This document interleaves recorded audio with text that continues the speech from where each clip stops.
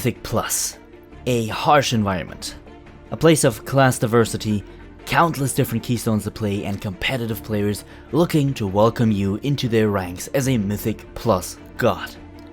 You log on to your Shadow Priest, you prepare, you flask up, you buy food and potions, you're ready, you think. You queue up, ready to set the world on fire, but what's this? Declined? To add fuel to the fire, you get a whisper ridiculing you and the spec you play. You feel angry, irritated. You take a deep breath and you queue again. This time with a guildmate, but nonetheless. Another text, another red declined appearing on your screen, and another run you'll be missing out on. While you sit on the bench outside of Freehold, little Timmy is having the time of his life, pressing I-beam and blade dance repeatedly, with not a care in the world. Little Timmy enjoys his life as a demon hunter, you see. Tired of that happening to you? Well, I've got news for you. There's something incredible for you to do now while you're waiting on being accepted into a key. Sponsor time. Raid Shadow Legends. Tired of being benched out? Don't be any longer. Form your own group of champions in one of the best known RPGs out there currently, playable on your phone and crossplay on your PC, all of that completely for free. I wouldn't recommend this game if I didn't think it's good, but let me tell you, it's a good game and will certainly fill your craving while on the go with your phone or while at home on your PC. Also, the Season 1 Battle Pass just started and you can win some awesome rewards like free energy refills, upgraded artifact stats, and brand new legendary champions. All of this by completing daily and weekly challenges during the season, so trust me, you'll have a lot to do. Play through the campaign, equip new items while leveling up your champions, or join the arena and fight against other players or even me, username Angelo Wow. Click the links in the description below, and if you're new to the game, you'll get 100,000 silver, 2 clan boss keys, and 10 mystery shards for free, along with a sick champion, the Executioner. Be sure to check your inbox for your rewards, and be sure to add me. Have fun, and I'll see you in-game. Hey guys, it's Angelo, and congratulations, you've made it into a key at this point, and are eager to push some keys. Welcome to the Shadow Priest Mythic Plus in-depth guide, where we dive deep into the Shadow Priest in Mythic Plus, covering everything you'll need to know in order to play the spec to its fullest in any 5-man environment. The Shadow Priest at this point has a reputation of being underwhelming in Mythic Plus, and has had that reputation well for most of Battle for Azeroth. When played well, with the right items and the required know-how, however, the spec can be incredibly strong and can most certainly outcompete most other classes in terms of damage. The Shadow Priest also brings some very strong utility along with it, specifically Vampiric Embrace and Mass the Spell, as well as high amounts of self-sustain with spells like Vampiric Touch for healing, Fade for threat reduction and a small shield with the right Azerite traits, and Power Word Shield. Now, this guide will focus solely on Mythic Plus, meaning everything we discuss here will not directly concern raiding or any other aspect of PvE, but will 100% be related to Mythic Plus. Apart from that, the guide will be structured like any other guide on my channel, so we'll be discussing our stat priority, our talents and which affixes or dungeons are best for certain talent sets, our rotation, and the overall pros and cons of the spec. Now, if you want a detailed guide on the Shadow Priest for current raiding, or a detailed damage rotation guide, then be sure to check out those videos on my channel. The link should be popping up on your screen as I speak. Also, if you want to join the discussion when it comes to anything priest related, be sure to join our Discord server with the link in the description box below as well. Good, now with that being said, and without any further ado, let's go right ahead and have a look.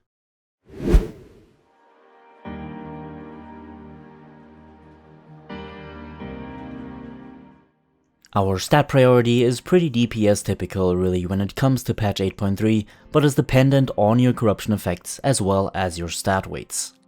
I personally advise you to sim yourself in order to get your stat weights by using raid bots for example, but the general rule of thumb is that you will want to go for haste and critical strike, with both being your strongest stats, followed by mastery and versatility.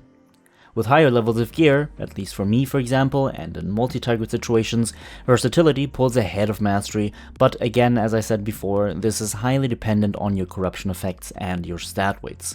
For example, when playing with the corruption effect, which gives you more critical strike from all sources, called severe, you'll be getting a lot more worth out of your crit, as each point essentially counts for more. The same goes for other stats and their according corruption effects, but different stats have different levels at which gaining more will benefit you less and less. For this, it's important that you always keep your stat weights close in order to stay on top of your game, but still, stick to this stat priority as your general guideline. Accordingly, haste and crit buff food will typically be what you want to be going for, as well as haste or crit enchants depending on what gives you more damage, and most likely the quick navigation weapon enchantment. Alright, next up we have our talents.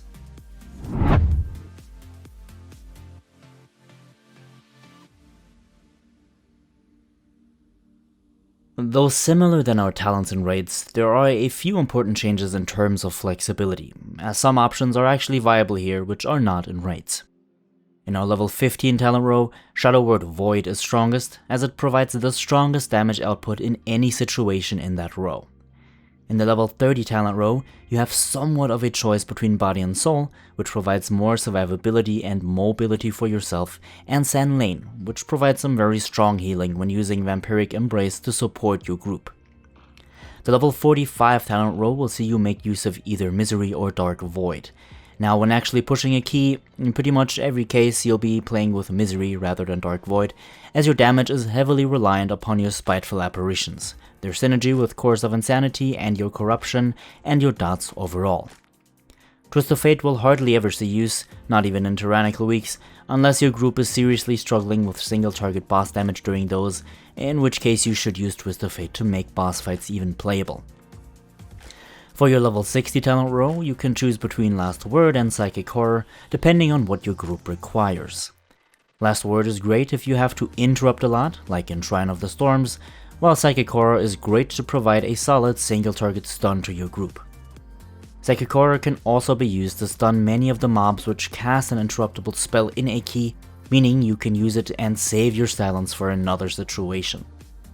Unfortunately, Mind Bomb is not advisable, as it triggers on a delayed timer and actually only disorients enemies rather than stunning them, meaning the CC will break once the target takes damage. Next up we have our level 75 talent row, and only two talents are viable here, Auspicious Spirits and Shadow Crash. Most of the time you'll be playing with Auspicious Spirits though, especially once running strong corruption effects like Severe, the crit gain buff from all sources. This will make your Auspicious Spirits a lot stronger than before, and that will outscale Shadow Crash by quite a bit. Until then, Shadow Crash is however a viable option for Keystones, which will have you do freaking big pulls like Freehold or Mechagon Junkyard or Waycrest Manor. In our level 90 talent row, there's pretty much only one talent for us to pick, and it's pretty much mandatory. Lingering Insanity is essentially a must-have in any situation, except if your tank is delaying pulls, or rather is taking a long time in between each pull, meaning you will drop all Lingering Insanity stacks, in which case you'll be taking Mindbender. Now, due to its tremendous haste buff and the support in our gameplay, again, Lingering Insanity will pull ahead pretty much all the time. Keep in mind that Lingering Insanity gains no benefit from any haste buff corruption effects, as it's a percentual and hard game coded stat increase, therefore is not multiplied by any corruption items which grant more haste from all sources. Finally, in our level 100 talent row we have Legacy of the Void and Dark Ascension as your two options. Legacy of the Void is more mistake forgiving and is equal in damage to Dark Ascension, so mostly you'll be playing with Legacy of the Void, especially when pushing keys. Dark Ascension is playable though when just clearing a weekly or when playing lower keys, as the margin of error for you is more tolerable there. Good, stick to these talents and you'll be fine.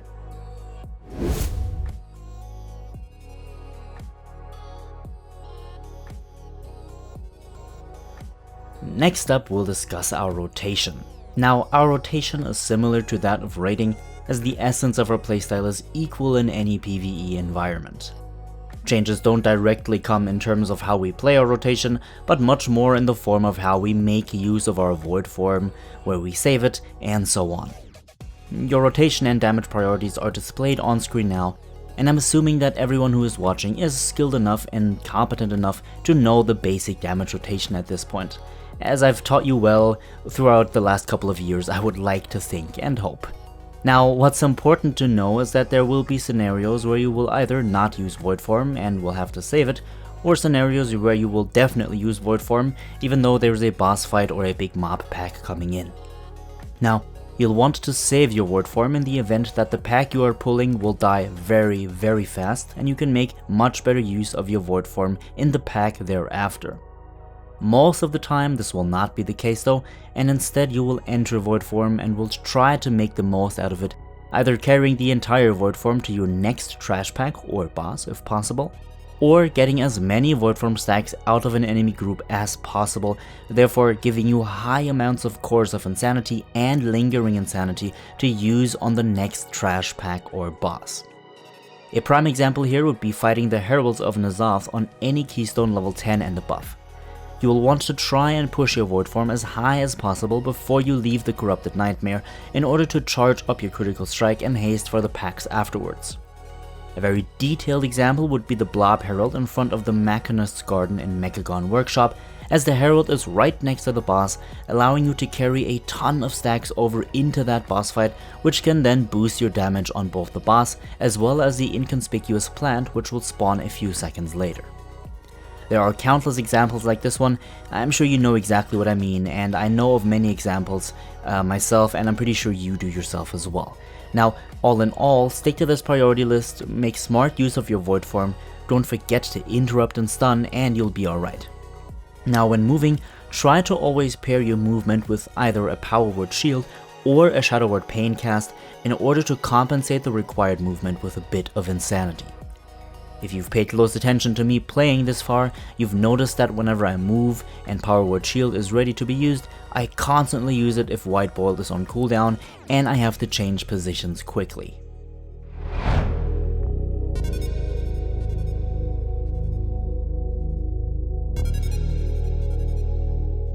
Finally, let's talk about the overall pros and cons of the Shadow Priest in Mythic Plus, and let's wrap this video up.